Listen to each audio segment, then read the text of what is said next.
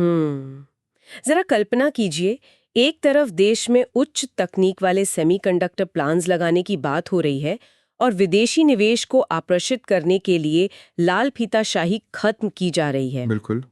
लेकिन ठीक उसी समय अगर हम देखें तो देश की सबसे बड़ी अदालत इस बात पर बहस कर रही है कि फर्जी याचिकाओं ने कैसे पूरी न्यायिक व्यवस्था को जाम कर दिया है। हाँ, ये एक बहुत बड़ा विरोधाभास है ना? ये एक ऐसा विरोधाभास है जो बाहर से देखने पर एकदम समझ नहीं आता। तो आज के इस गहन विश्लेषण में हम वर्तमान मामलों के सबसे महत्वपूर्ण विषयों को एक पेशेवर दृष्टिकोण से डीकोड करेंगे। सही कहा।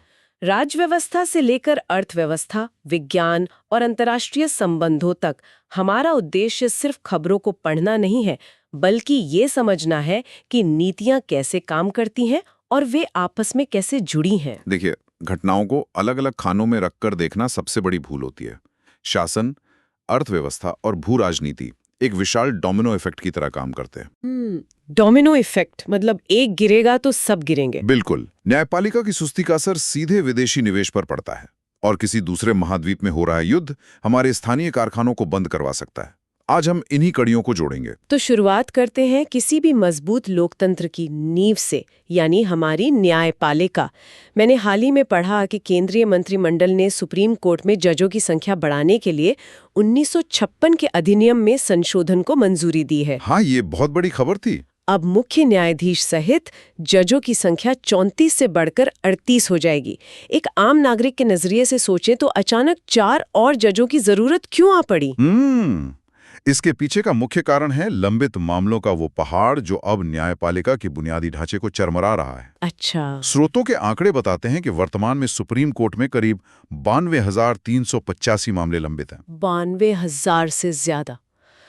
बाप रे। हाँ, ये एक बहुत बड़ा ढांचागत संकट है।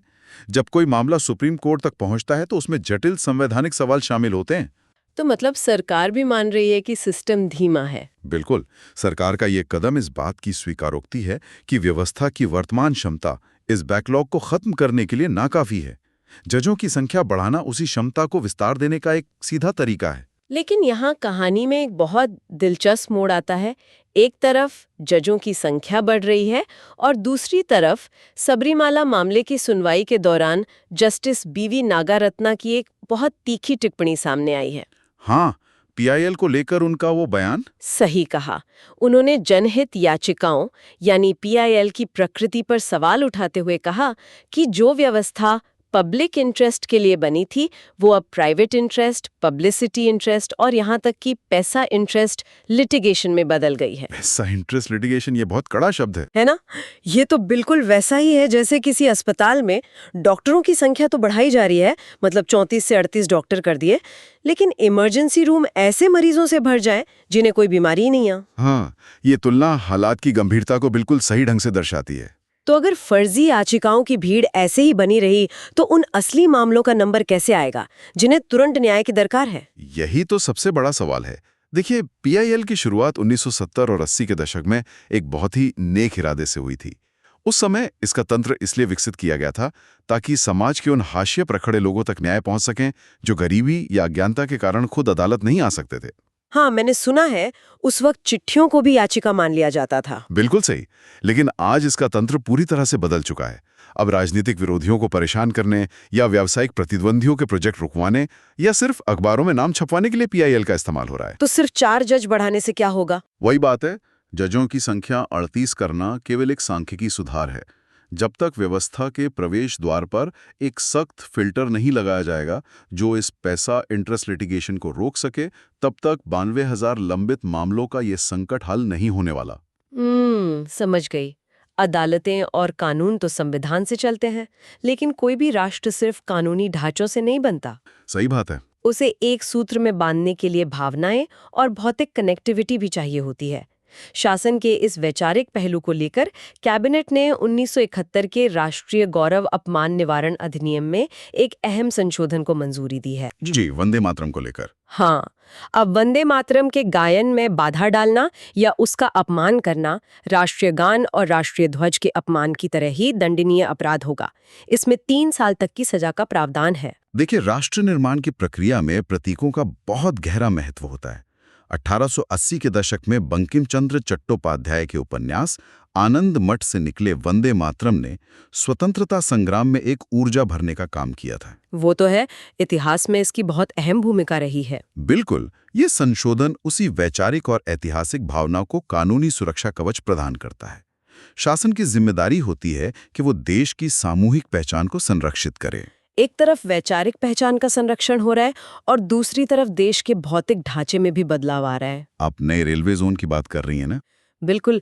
आंध्र प्रदेश पुनर्गठन अधिनियम 2014 के वादे के तहत 1 जून से विशाखापट्टनम में देश का 18वां रेलवे जोन दक्षिण तट रेलवे या SCOR काम करना शुरू कर देगा। ये बहुत समय से लंबित था। हाँ, लेकिन देश में पहले से ही 17 रेलवे जोन हैं, तो एक नए जोन के बनने से अर्थव्यवस्था पर क्या असर पड़ेगा? माल ढुलाई किसी भी अर्थव्यवस्था का रक्त संचार होती है। मतलब फ्रेट? हाँ, फ्रेट।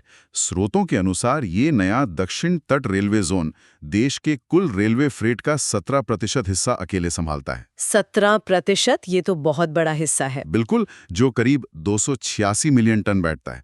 विशाखापत्तनम जैसे प्रमुख बंदरगाह और आसपास के औद्योगिक क्षेत्रों को एक समर्पित रेलवे जोन के तहत लाने का मतलब है कि कच्चे माल और तैयार उत्पादों की आवाजाही ज्यादा तेज होगी। अच्छा, तो प्रशासनिक फैसले और बुनियादी ढांचा जब एक साथ काम करते हैं तो उद्योगों की लागत कम होती है। सही पकड़ा आपने, लागत कम होती है और उत्पादन की गति बढ़ती है। और उत्पादन की इस गति को बनाए रखने के लिए सबसे ज्यादा जरूरत होती है पूंजी की, जो अक्सर विदेशी निवेश के रूप में आती है। FDI की बात कर रहे हैं? हाँ, FDI को लेकर एक नया नियम आया है।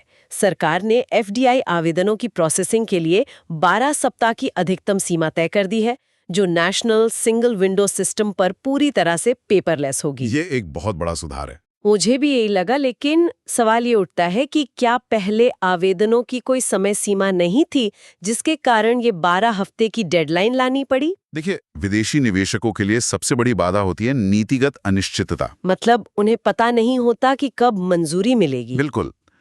पहले जब कोई विदेशी कंपनी भारत में निवेश के लिए आवेदन करती थी तो उसे कई अलग अलग मंत्रालयों से क्लियरेंस लेनी पड़ती थी।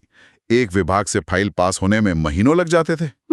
लाल फीता शाही। हाँ, पूंजी का एक बहुत सीधा सिद्धांत है।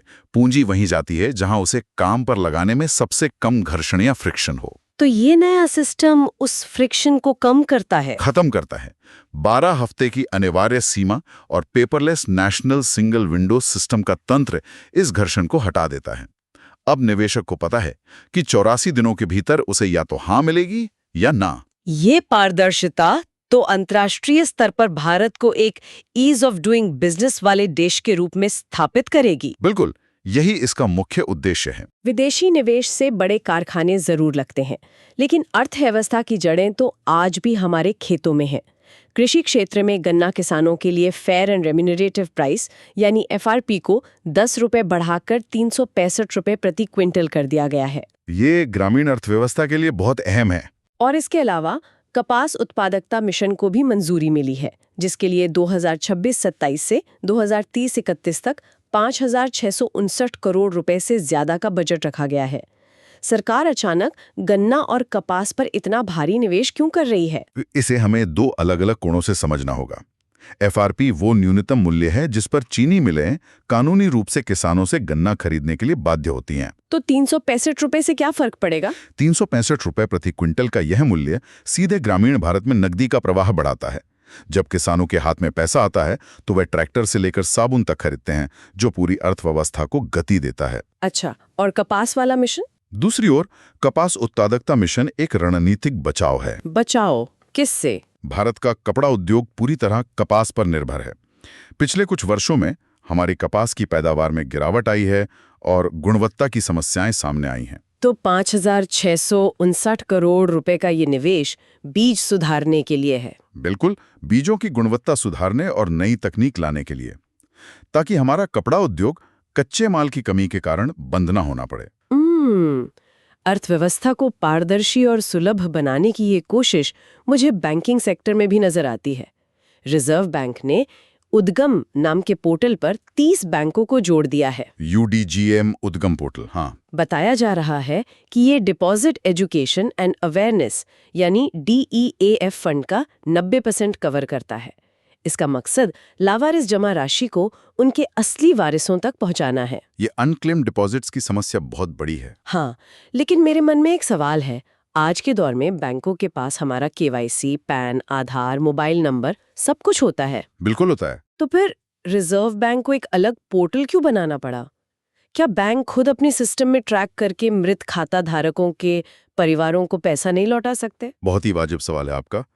सैद्धांतिक रूप से बैंकों को यही करना चाहिए, लेकिन व्यवहारिक तंत्र कुछ इस तरह काम करता है। जब किसी खाते में 10 साल तक कोई लेन देन नहीं होता, तो उस निष्क्रिय पैसे को रिजर्व बैंक के DEAF फंड में ट्रांसफर कर दिया जाता है। अच्छा, 10 साल की लिमिट है। हाँ, समस्या यह है कि किसी व्यक्ति की मृत्यु के बाद अक्सर परिवार को पता ही नहीं होता कि किस किस बैंक में उनके खाते थे। हाँ, ये तो है। डायरी ढूंढते रहते हैं लोग। बिल्कुल। पहले एक कानूनी उत्तराधिकारी को अलग अलग बैंकों की शाखाओं में जाकर धक्के खाने पड़ते थे, जो एक बहुत ही कष्टदायक प्रक्रिया थी। उद्गम पोर्टल इस पूरी बिखरी हुई जानकारी को एक जगह ले आया है। मतलब अब एक ही जगह से 30 बैंकों में सर्च कर सकते हैं। जी, ये कोई नई तकनीक नहीं है, बल्कि सिस्टम की उस पुरानी खामी को सुधारने का तरीका है, जहां बैंक सक्रिय रूप से ग्राहकों के परिवारों को ढूंढने में विफल रहे थे। वित्तीय तंत्र से आगे बढ़कर अगर हम भविष्य की ओर देखें, तो तकनीक ही वो नया मैदान है जहां देशों की ताकत तय हो रही है। बिल्कुल। Semiconductor race. सही कहा। भारत सेमीकंडक्टर मिशन के तहत 3936 करोड़ रुपए की मदद से 2 नए प्लान्स को मंजूरी मिली है। एक गुजरात में और एक सूरत में, है ना? हाँ, एक गुजरात के धोलेरा में क्रिस्टल मैट्रिक्स का प्लांट है जो माइक्रो LED और गैन वेफर्स बनाएगा, और दूसरा सूरत में सूची सेमिकॉन का प्लांट है जो OSAT सुविधाओं पर केंद्रित होगा। ये बहुत तकनीकी शब्द है। वही तो, मुझे ये तकनीकी शब्द थोड़े जटिल लग रहे हैं। ये OSAT और वेफर्स असल में है क्या, और ये भारत के लिए इतने महत्वपूर्ण क्यों है? चलिए इसे थोड़ा आसान भाषा में समझते हैं। जब एक सेमीकंडक्टर चिप बनती है, तो वो सिलिकॉन या GaN, जिसे गैलियम नाइट्राइड कहते हैं, उसके एक गोल बेस पर बनती है। उस बेस को वेफर कहते हैं। अच्छा, तो वेफर एक तरह का कैनवस है जिस पर चिप बनती है। बिल्कुल सटीक उपमा है। गैलियम नाइट्राइड की खासियत यह है कि यह पारंपरिक सिलिकॉन के मुकाबले बिजली को ज्यादा कुशलता से संभालता है, जिससे आपके फोन और लैपटॉप के चार्जर छोटे और ज्यादा तेज हो जाते हैं। फास्ट चार्जिंग जो आजकल हम देखते हैं। और OSAT क्या है? अब आते हैं OSAT पर। इसका पूरा नाम है outsource semiconductor assembly and test. Assembly and test. हाँ, जब चिप बनकर तैयार होती है तो वो बहुत नाजुक होती है।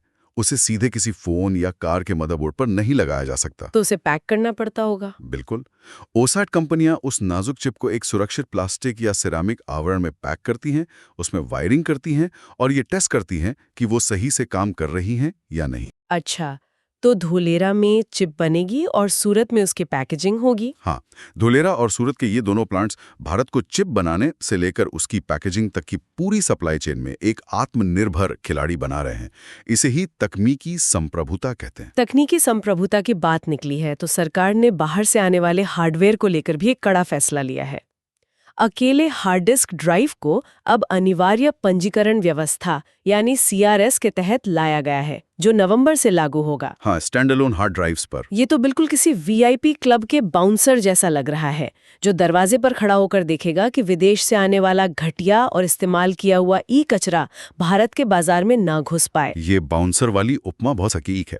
तंत्र के स्तर पर देखें तो CRS का मतलब है कि विदेशी निर्माताओं को अपने हार्ड ड्राइव्स को भारतीय मानक ब्यूरो या BIS की प्रयोगशालाओं में टेस्ट करवाना होगा। मतलब उन्हें क्वालिटी प्रूफ करनी होगी।